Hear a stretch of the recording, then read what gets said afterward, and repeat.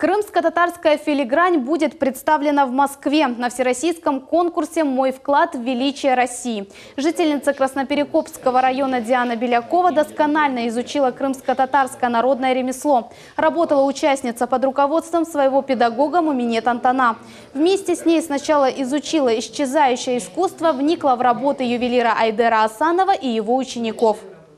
Хочется отдать должное великому мастеру Айдеру Асанову, потому что, на мой взгляд, на наш взгляд, именно он является возродителем искусства филиграни крымских татар в Крыму.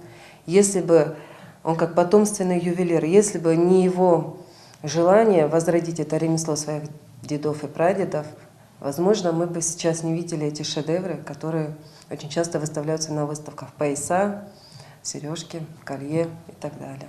Эту тему я выбрала, потому что мне очень интересна сама культура крымских татар, моих соседей, в частности, моих друзей. И меня, как с самого детства, привлекали разные культуры, проживающие в Крыму. Хоть я и русская, но все же мне интересно именно искусство, филигрань, и связано все с творчеством любых народов Крыма.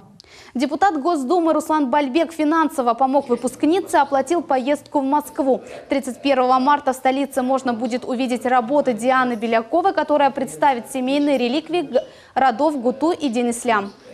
Два уникальных крымско-татарских женских пояса, которым более 100 лет, и опоясывают географически, наверное, два таких уникальных района. Это Ускут и Евпатория, то есть степная и южнобережная культура, что позволит ознакомить на всероссийском уровне с крымско-татарской культурой широкий круг, наверное, любителей и профессионалов.